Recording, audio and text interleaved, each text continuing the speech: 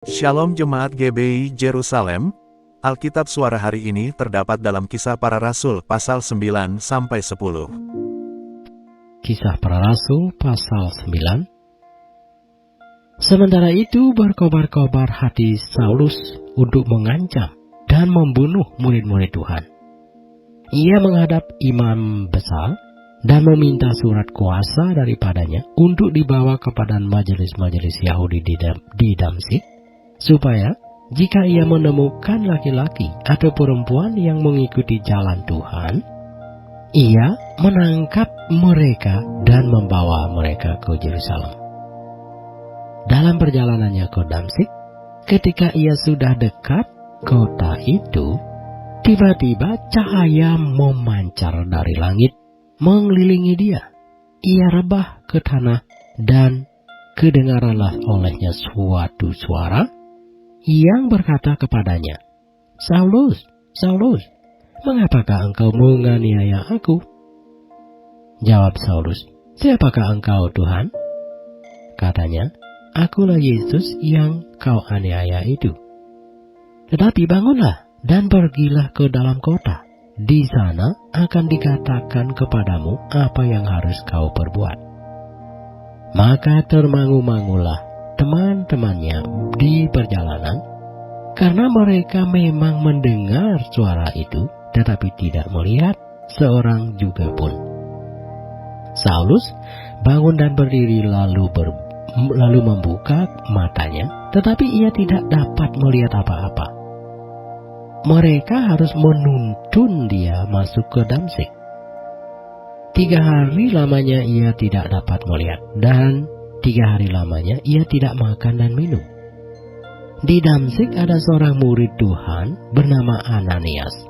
Firman Tuhan kepadanya dalam suatu penglihatan. "Ananias," jawabnya. "Ini aku, Tuhan." Firman Tuhan, "Mari, pergilah ke jalan yang bernama Jalan Lurus, dan carilah di rumah Yudas seorang dari Tarsus yang bernama Saulus. Ia sekarang berdoa, dan dalam suatu penglihatan ia melihat bahwa seorang yang bernama Ananias masuk ke dalam dan menumpangkan tangannya ke atasnya supaya ia dapat melihat lagi." Jawab Ananias, "Tuhan, dari banyak orang telah kudengar tentang orang itu, betapa banyaknya kejahatan yang dilakukannya terhadap orang-orang kudus-Mu di Yerusalem. Dan ia datang kemari dengan kuasa penuh dari imam-imam kepala untuk menangkap semua orang yang memanggil nama-Mu." Tetapi firman Tuhan kepadanya, "Pergilah, sebab orang ini adalah alat pilihan bagiku untuk memberitakan namaku kepada orang-orang lain, serta raja-raja dan orang-orang Israel. Aku sendiri akan menunjukkan kepadanya betapa banyak penderitaan yang harus ia tanggung oleh karena namaku." Lalu pergilah Ananias ke situ dan masuk ke rumah itu. Ia menumpangkan tangannya ke atas Saulus, katanya, "Saulus, saudaraku, Tuhan Yesus yang telah menampakkan diri kepadamu di jalan yang engkau lalui, telah menyuruh aku kepadamu, supaya engkau dapat melihat lagi dan penuh dengan Roh Kudus." Dan seketika itu juga, seolah-olah selaput gugur dari matanya, sehingga ia dapat melihat lagi. Ia bangun lalu dibaptis. Dan setelah ia makan, pulihlah kekuatannya.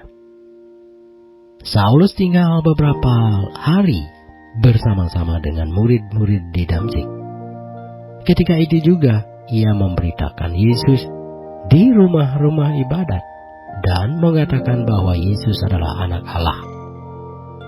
Semua orang yang mendengar hal itu heran dan berkata, "Bukankah dia ini yang di Yerusalem mau membinasakan barang siapa yang memanggil nama Yesus ini? Dan bukankah ia datang ke sini dengan maksud untuk menangkap dan membawa mereka ke hadapan imam-imam kepala?"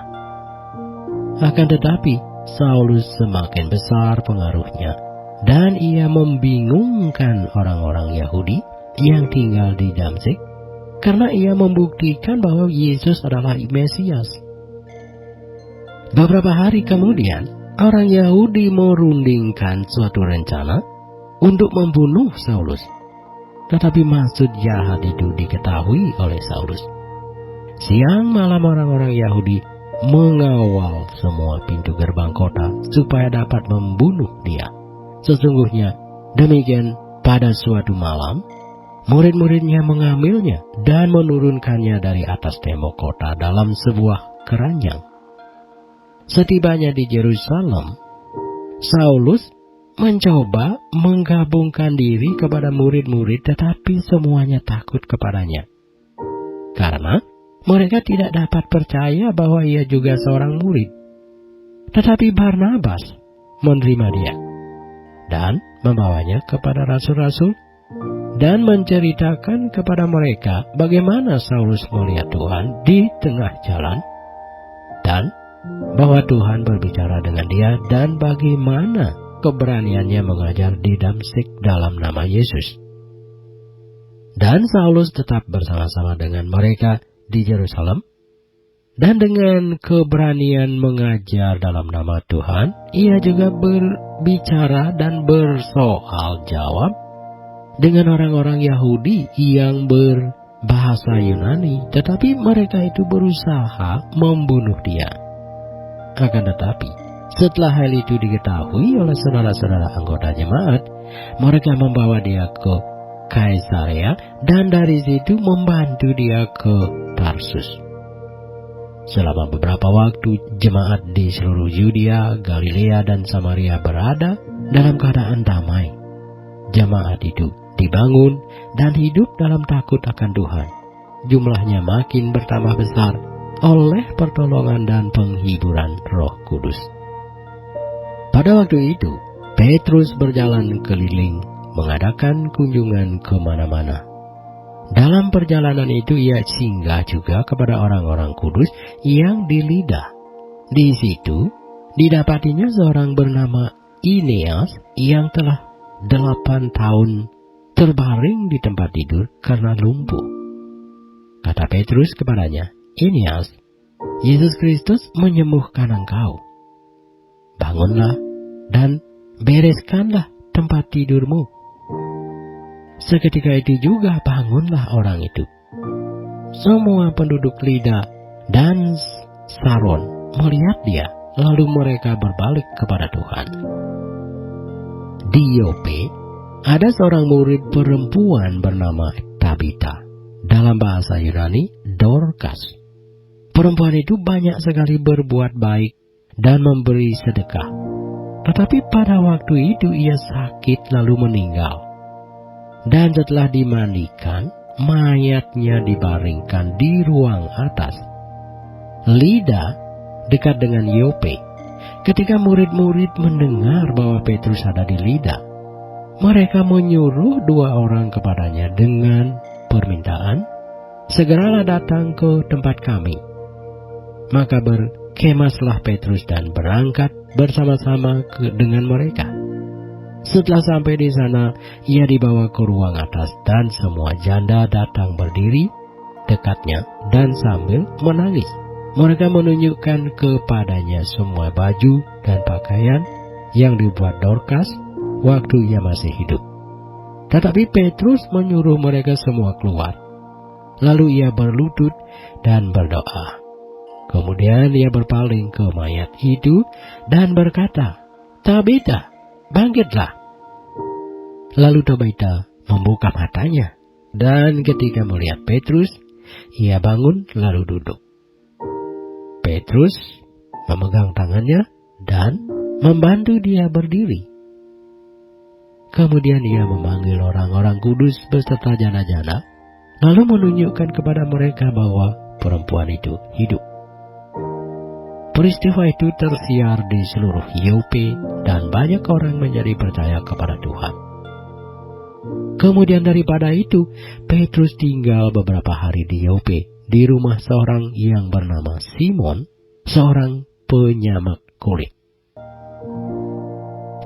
Kisah Para Rasul pasal 10. Di Kaisarea ada seorang yang bernama Cornelius, seorang perwira pasukan yang disebut pasukan Italia. Ia saleh, ia serta seisi rumahnya takut akan Allah, dan ia memberi banyak sedekah kepada umat Yahudi dan senantiasa berdoa kepada Allah. Dalam suatu penglihatan, kira-kira jam 3 petang, jelas tampak kepadanya seorang malaikat Allah masuk ke rumahnya dan berkata kepadanya, "Cornelius." Ia menatap malaikat itu dan dengan takut ia berkata, "Ada apa, Tuhan?" Jawab malaikat itu, "Semua doamu dan sedekahmu telah naik ke hadirat Allah, dan Allah mengingat engkau. Dan sekarang, suruhlah beberapa orang ke Yope untuk menjemput seorang yang bernama Simon dan yang disebut Petrus. Ia menumpang di rumah seorang penyamak kulit yang bernama Simon yang tinggal di tepi laut." Setelah malaikat yang berbicara kepadanya itu meninggalkan dia, dipanggilnya 2 orang hambanya, beserta seorang prajurit yang saleh dari orang-orang yang selalu bersama-sama dengan dia. Dan sesudah ia menjelaskan segala sesuatu kepada mereka, ia menyuruh mereka ke Yope. Keesokan harinya, ketika ketiga orang itu berada dalam perjalanan dan sudah dekat kota Yope, kira-kira pukul 12 tengah hari, naiklah Petrus ke atas rumah untuk berdoa. Ia merasa lapar dan ingin makan. Tetapi sementara makanan disediakan, tiba-tiba rohnya diliputi kuasa ilahi. Tampak olehnya langit terbuka, dan turunlah suatu benda berbentuk kain lebar yang bergantung pada keempat sudutnya, yang diturunkan ke tanah. Di dalamnya terdapat berbagai jenis binatang berkaki 4, binatang menjalar dan burung. Kedengaranlah olehnya suatu suara yang berkata, "Bangunlah, hai Petrus, sembelihlah dan makanlah." Tetapi Petrus menjawab, "Tidak, Tuhan, tidak. Sebab aku belum pernah makan sesuatu yang haram dan yang tidak tahir."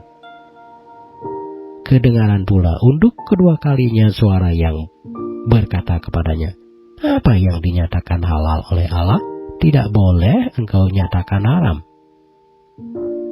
Hal ini terjadi sampai 3 kali, dan segera sesudah itu terangkatlah benda itu ke langit. Petrus bertanya-tanya di dalam hatinya, apa kiranya arti penglihatan yang telah dilihatnya itu?